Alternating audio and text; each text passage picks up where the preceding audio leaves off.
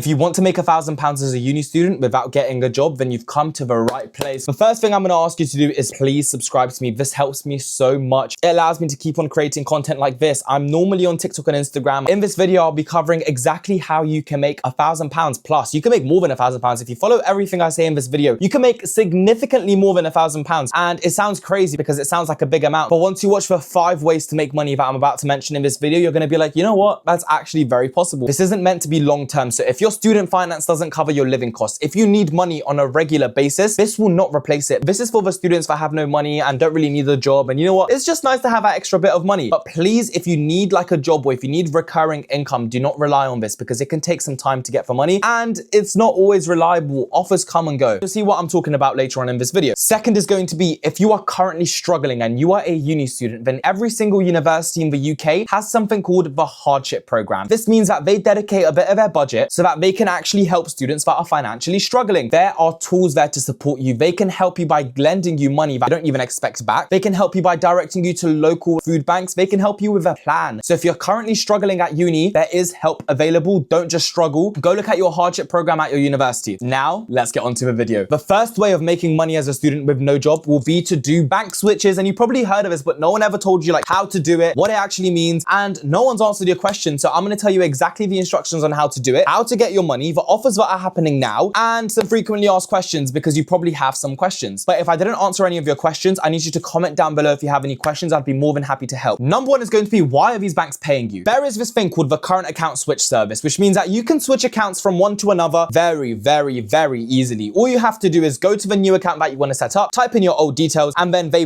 basically handle the switch. People don't switch their banks, and governments know this, banks know this. So they need to put in financial incentives, and you can take advantage of this. It's not against the terms and conditions. And you're probably wondering, Richard, I don't want to switch my main bank. I've had it ever since I was a child. I don't really want to do all of that. That's okay. All you have to do is set up a random bank account, a completely random bank account. And we are going to be using this bank account to switch to this one to get the reward. So bank account you don't care about, switch it, and then go to a bank account that pays you money to switch to. Understood? Most of you will already have multiple bank accounts. That's the beauty of it. You have multiple bank accounts. You don't really care about it. You're like, you know what? I don't need it. If you don't have another bank account, then I would recommend you set up one with a high street bank, something like NatWest, something like Nationwide, because they will let you join back even if you switch away. There are current banks, for example, Monzo, Starling, they're online apps, so they're easy to set up. However, once you leave, they won't let you back. So if you don't have a second bank account, all you have to do is just sign up, get a bank account. Once you have your bank account that you are ready to switch, you need to find your offer. So right now, the one I'm going to be using as an example is one that's happening right now. Lloyds are offering you up to £250 to switch your bank account. However, if you look at the terms and conditions, they will say this is how you get the £250. You only get that money if you switch to one of their special accounts. It says it right here. You need to switch your account to a new Club Lloyds account, is their type of account, and then you enjoy £250. You also have to include free active direct debits. It is as simple as it says. All you need to do is switch from one bank to another and have free direct debits. And you're probably wondering, Richard, how do I get direct debits? I don't want to move any of my real direct debits on this. This is what I would do. You need to pick 3 charities of your choice. It can be any kind of charities. Pick any of your charities of your choice, set up a direct debit with 3 of them. And you're probably wondering, Richard, there's going to be £1 coming out of my account. That's okay. You are already getting £250. And then once you set up your direct debits on your random account, the one that you don't use, then you check the app. And then once you actually see that there's been 3 direct debits confirmed, since there'll be a direct debit tab. Once you have your direct debit set up, now you're eligible to switch your bank. All you have to do is just follow the on-screen instructions. So when you set up your Lloyds bank, it will say, would you like to use the current account switch service? Say yes, put in the account details, the one that has the free direct debit set up. And then once the switch is finalized, within 30 days, they will pay you, or whenever the terms and conditions say. This does vary with terms and conditions. Some banks will need you to actually make transactions on the new bank account, or they'll need you to deposit £1,000. But even then, just use your student finance that you have left. Just send it to that account so that you can meet the qualifications, and then just send it back to yourself. That wouldn't be an issue. That is an example on how I would do a current account switch. I mean, once you fill in all of your requirements, you will get a bonus. This could be £250. This could be £150. However, you can do multiple of these. So let's say that you do 2 switches. 2 are happening right now. There is a nationwide switch offer happening right now of £175. And then let's just say the Lloyds Bank one that's happening right now of £250. That is halfway there to £1,000, nearly halfway there. Frequently asked questions. Whenever I mention a current account switch, people say, won't this impact my credit score? Isn't this going to be bad for my credit? The only way this will affect your credit is that whenever you set up a new bank account, whenever you set up a new financial product, they run something that is called a hard check. And when you have more than 3 hard checks in the last like 3 months or month, it does negatively damage your account, but it is temporary. After 6 months, it reduces the impact on your score, and after a year, it is completely reduced from your credit score. So if you're not planning a mortgage in the next year or two, you're completely fine. You don't have to worry about this. I'll be making another video on credit and how to build good credit, what makes a good credit, and what does it actually mean to have good credit, and is it even worth it as a uni student? That's a video that's coming soon, so definitely subscribe if you haven't already. The next question is going to be, Richard, but what if I want to switch back to the original bank account? Like I did mention earlier in the video, if it is one of the high street banks, you can switch back. But warning, if you switch from Monzo, Chase, any online bank account, a lot of times they have a no return policy, meaning that when you switch away, you can't switch back, which is why I recommended one of the high street banks if you don't already have a spare high street bank account. Number 2 is going to be, companies have such big marketing budgets when it comes to refer a friend. You have to take advantage of it. Basically, what this means is when it comes to travel companies, for example, like travel debit cards, if you use Revolut so that you can like pay cheaper when you go abroad, they offer on average up to £100 per referral. Let's say you refer your family and friends to this product that you already use, that is already a couple £100. If you have any other products, for example, a Monzo account, which is great. Honestly, I've recommended it to friends, not because of the money, but also because of the money, but because it's such a great product. All financial products that you have will have refer a friend services, which means that you can make so much money by just recommending things that you use to your social circle, to your friends. Offers change all of the time, but look at everything you use on a regular basis and check to see if they have a refer a friend offer. If they do, use it, because you actually use it and it's good, and there's literally money on the line waiting for you. If you are the one that's in charge of the bills at your uni house, you can make money. If you also know other friends that are in charge of bills, when you recommend them to the same provider that you are on, you can get £50 up to £100 per person. Let's say you have 5 friends that do the bills, they all each also get money. You can make like a couple of £100 just because you recommend your friends to sign up to the same bill provider that you currently handle. And if you're currently a fresher, you're currently in first year, or you're in second year and you're about to move into your uni house in September, then please stay tuned. In May, I'll be releasing a bill series, meaning that I don't want you to bundle your bills together. I mentioned this very early on in my social media journey, like even last year, I can never work with those bill bundling companies. And because of that, I am free to say the truth because everyone else won't say it. They are scamming you. You are paying a massive convenience fee and they're banking on you thinking that it's too complicated, but it's not. And I'm gonna make a series that will make it very, very, very simple. I did this last year, so I'll be doing it again now with more information. So if you'll be moving into a uni house, definitely subscribe to me, follow me, just stay tuned because that is coming. And please don't bundle your bills together. The third way is going to be